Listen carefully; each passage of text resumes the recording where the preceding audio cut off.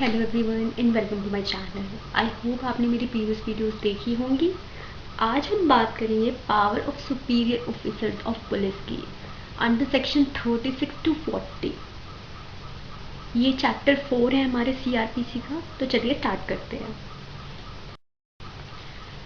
Section 36 बात करता है power of superior officers of police की। ये क्या बोलता है? ये बेसिकली ये बोलता है कोई पुलिस ऑफिसर जो सुपीरियर है रैंक में, officer in charge of police station के, मतलब किसी भी पुलिस जो ऑफिसर इंचार्ज होता है किसी भी पुलिस स्टेशन का, उससे सुपीरियर रैंक पे जो भी पुलिस ऑफिसर है उसके पास वो सारी पावर होगी उस लोकल एरिया के अंदर जो सारी पावर किसी officer in charge of police station के पास होगी। अब हम जब सेक्शन 36 की बात करते हैं पावर ऑफ सुपीरियर ऑफिसर्स की, तो हम उसे एफआईआर के साथ ज़रूर पढ़ते हैं, क्योंकि उसके अंदर क्या बताया गया है? उसके अंदर बताया गया है कि पावर ऑफ सुपीरियर ऑफिसर्स क्या है। तो हम स्टार्ट करते हैं हमारा सेक्शन 154 जो बात करता है इंफॉर्मेशन इन कोग्निजेबल केसेस, जो बात करता है बेसिकली एफआईआर की, फर्स्ट इंफॉर्मेशन रिपोर्ट या फर्स्ट इंस्टेंस रिपोर्ट। अब बेसिकली मैं अगर आपको ब्रीफ में बताऊं कि एफआईआर क्या होता है, एफआईआर फर्स्ट इंफॉर्मेशन होती है इंस्टांस की जो दी जाती है पुलिस इंचार्ज को किसी भी पुलिस स्टेशन के। अब ये क्या बात करता है? ये बात करता है, अगर हम एफआईआर को जब पढ़ेंगे तो एफआईआर बोलता है, एफआईआर का जो सेक्शन है हमारा 154 वो ये बोलता है कि कोई भी ऐसी इंफॉर्मेशन कोग्निजेबल ऑफेंस की जो किसी भी पर्सन के द्वारा ओरली दी जाएगी, किसको ओरली दी जाएगी? Officer in charge of police station को दी जाएगी, तो वो उसे रिड्यूस करेगा, वो उसे लिखेगा राइटिंग में अपनी पुलिस डायरी के अंदर, और उस पर्सन से, उस इन्फॉर्मेंट से उसके ऊपर साइन भी कराएगा। देन क्या ये बात करता है? देन ये बात करता है जो इसका प्रोवाइजो है जो ऐड हुआ है बाय, जो हमारा इंसर्ट हुआ है 2013 में, तो वो क्या बात करता है? वो बात करता है अगर कोई ऑफेंस जो रेप से रिलेटेड हुए हैं या फिर एसिड अटैक से रिलेटेड हुए हैं, कुछ ऐसे ऑफेंस हुए हैं वुमेन के अगेंस्ट, तो इन ऑफेंसेस में क्या होगा? जो वुमेन पुलिस ऑफिसर है वो जाएगी और वो रिकॉर्ड करेगी उस वुमेन की जो भी, मतलब जो भी उसकी इंफॉर्मेशन होगी वो वुमेन ऑफिसर के द्वारा रिकॉर्ड की जाएगी। एंड ये क्या बात करता है? अगर यहाँ तो मैंने आपको पहले बताया कि अगर किसी वुमेन की जो है वुमेन ऑफिसर जाएगी, अगर किसी वुमेन के साथ ऑफेंस ऑफ एसिड अटैक हुआ है या फिर रेप हुआ है, पर अगर वो स्टेबल नहीं है, कौन स्टेबल नहीं है? वुमेन स्टेबल नहीं है, मेंटली स्टेबल नहीं है, मेंटली डिसेबल हो गई है, तो इस केस में क्या होगा? इसमें वो इंफॉर्मेशन जो है वो उसके रेजिडेंस पर जाकर ली जाएगी और उसकी इंफॉर्मेशन की रिकॉर्डिंग होगी।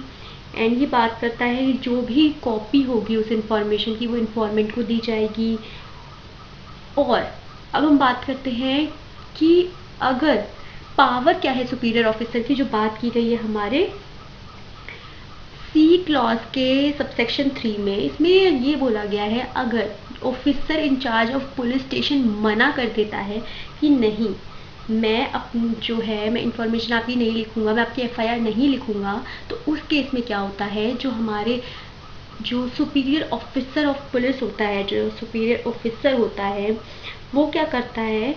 वो उस टाइम पे या तो खुद इन्वेस्टिगेशन कर सकता है उस ऑफेंस की, या फिर क्या कर सकता है? वो डायरेक्ट कर सकता है किसी भी अदर ऑफिसर को, जो भी किसी भी पुलिस ऑफिसर को वो क्या कर सकता है? वो डायरेक्ट कर सकता है। अब इसके लिए मैं दो केस आपको बता देती हूँ। एक केस है SK. Haseeb versus state of Bihar 1972। इसके अंदर क्या बोला गया था? इसके अंदर ये बोला गया था कि जो प्रिंसिपल ऑब्जेक्ट होता है एफआईआर का, वो क्या होता है? वो बेसिकली ये होता है जिससे क्या पता चल सके, जो व्यू है, पॉइंट ऑफ व्यू है किसी भी इंफॉर्मेंट का, वो पता चल सके कि उसने किस क्रिमिनल इंटेंशन से या फिर किस क्रिमिनल मोशन में वो काम किया था, वो ऑफेंस किया था। और हम बात करते हैं गणेश दास वर्सेस स्टेट ऑफ केरला। इसके अंदर क्या बोला गया था कि अगर, मतलब ये ना तो पुलिस के पास राइट है कि वो रिफ्यूज कर दे एफआईआर लिखने से, और ना ही मैजिस्ट्रेट किसी पर्सन को फोर्स कर सकता है या फिर किसी पर्सन के ऊपर दबाव डाल सकता है कि आप किस तरीके की इंफॉर्मेशन देंगे। इवन मैजिस्ट्रेट और पुलिस ऑफिसर्स के पास भी ये पावर नहीं है। अब हम बात करते हैं एड टू मैजिस्ट्रेट की। एड टू मैजिस्ट्रेट का मतलब क्या होता है? एड टू मैजिस्ट्रेट का मतलब बेसिकली ये होता है कि किन सिचुएशन में जो हमारे नॉर्मल पीपल, जो हमारे नॉर्मल पब्लिक होती है, वो सहायता करेगी किसकी? मैजिस्ट्रेट और पुलिस की। मतलब कब हेल्प करने की ज़रूरत पड़ सकती है और कब हेल्प करनी होगी किसी पब्लिक को, किसी भी पर्सन को। तो ये बात करते हैं हमारा सेक्शन 37 कि पब्लिक कब असिस्ट करेगी मैजिस्ट्रेट और पुलिस को। तो ये क्या बात बोलती है, ये क्या बोलता है सेक्शन? ये बोलता है हर पर्सन बाउंड है असिस्ट करने के लिए मैजिस्ट्रेट या पुलिस ऑफिसर को जब उससे डिमांड किया जाता है। किन केसेस में? जब कहीं किसी को प्रिवेंट करना है किसी पर्सन को, या फिर किसी तरीके का प्रिवेंशन करना है, या फिर दबाव है कि ऐसा कोई ऑफेंस से हमारी जो पीस है, ब्रीच ऑफ पीस हो जाएगी सोसाइटी की उस कंडीशन में, या फिर बचाने के लिए कोई भी ऑफेंसेस से जो अगेंस्ट होंगे रेलवे, कैनाल, टेलीग्राफ और पब्लिक प्रॉपर्टी के। अब अगर हम आगे बात करें, जो बात करता है section 38, aid to person other than police officer executive order. मतलब कुछ ऐसे कंडीशन होते हैं जहाँ पर क्या होता है, जहाँ पे किसी एक नॉर्मल पर्सन को या फिर किसी ऐसे पर्सन को क्या होता है, पावर दी जाती है कि वो इशू कर सकता है वारंट। तो इस कंडीशन में कोई भी पर्सन जो उसकी सहायता कर सकता है वो उसकी हेल्प करेगा एग्जीक्यूशन ऑफ वारंट में। सेक्शन 39 बात करता है कि कब जो है वो पब्लिक इंफॉर्मेशन देंगे किन ऑफेंसेस में।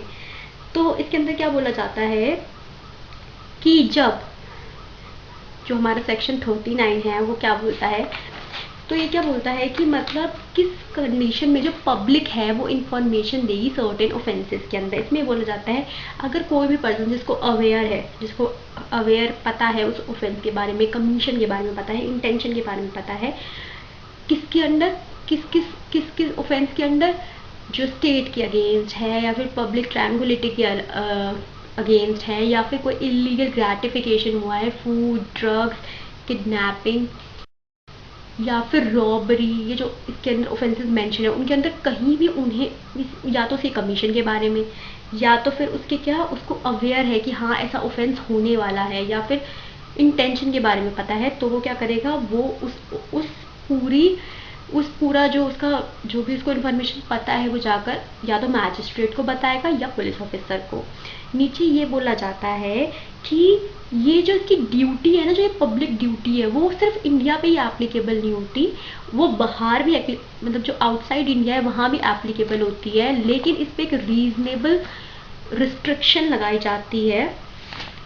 और इसके अंदर जो एवरी पर्सन वर्ड यूज हुआ है उसके अंदर पूरी मतलब एवरी पर्सन मतलब सारे पर्सन जो भी जिनको भी इंफॉर्मेशन पता है वो सारे पर्सन इसके अंदर इंक्लूड होते हैं। लेकिन एक केस था मालादियोनाथ वर्सेस एम्परर 1941। इसके अंदर क्या बोला गया था कि एवरी पर्सन के अंदर वो पर्सन इंक्लूड नहीं होंगे जो खुद कमिट कर रहे हैं क्राइम या फिर जिनकी इंटेंशन है कमिट करने की, वो पर्सन इसके अंदर इंक्लूड नहीं होंगे एवरी पर्सन के परव्यू में। अब हम बात करते हैं सेक्शन 40 की।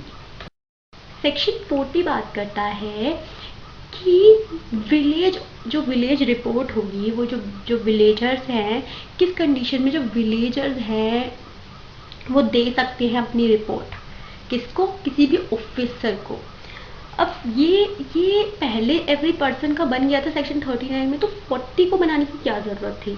लेकिन नॉर्मली क्या देखा जाता है, नॉर्मली जैसे कि हमने सेक्शन 39 में पढ़ा कि सबके ऊपर ड्यूटी इम्पोज है, उसके अंदर तो विलेजर्स भी आ जाएंगे वैसे तो, लेकिन क्या होता है 40 के अंदर एडिशन हुई है ड्यूटी किसके ऊपर, विलेजर्स के ऊपर। क्योंकि हम नॉर्मली देखते हैं कि जो विलेजर्स होते हैं, जो विलेज में रहते हैं, वो नॉर्मली पुलिस स्टेशन जाते नहीं है इन्फॉर्मेशन लिखाने के, तो इनके ऊपर भी ड्यूटी स्पेसिफिकली मेंशन की गई है सेक्शन 40 के अंदर।